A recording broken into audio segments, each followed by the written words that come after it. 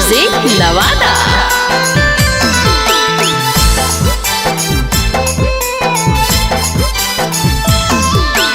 गेहूं काटे जइमी छौरी हो तो बड़ी दुख गे।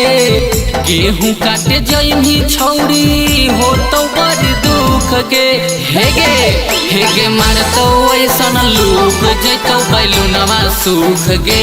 गे छौरी मारतो जब लूक जैतो दुनू सूख गे। गेहूं काटे जइमी छौरी हो तो बड़ी दुख गे। गेहूं काटे जइमी छौरी हो तो बड़ी दुख गे।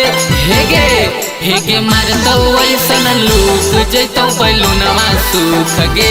गे छौरी मारतो जब लूक जैतो दुनू सूख गे।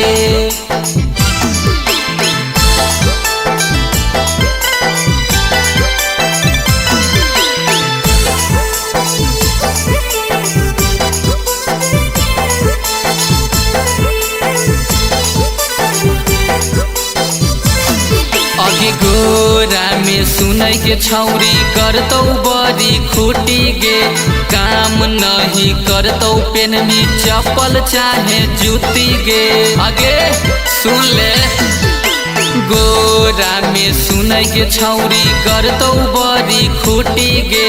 काम नहीं करतौ पेन में चप्पल चाहे जूती गे। पछबे हवा चलतौ जैतौ लहंगे में तोरा ढूक गे। पछबे हवा चलतौ जैतौ लहंगे में तोरा ढूक गे। हेगे सुन ले हेगे मारतौ ऐसन लूक जैतौ बैलूनवा सूख गे। गे छौरी मारतौ जब लूक जैतौ दुनू सूख गे।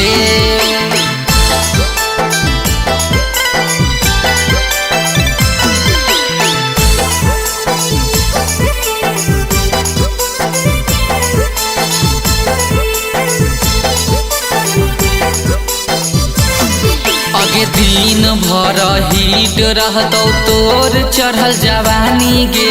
केतनो पीमी छौरी तू फ्रीज वाला पानी गे।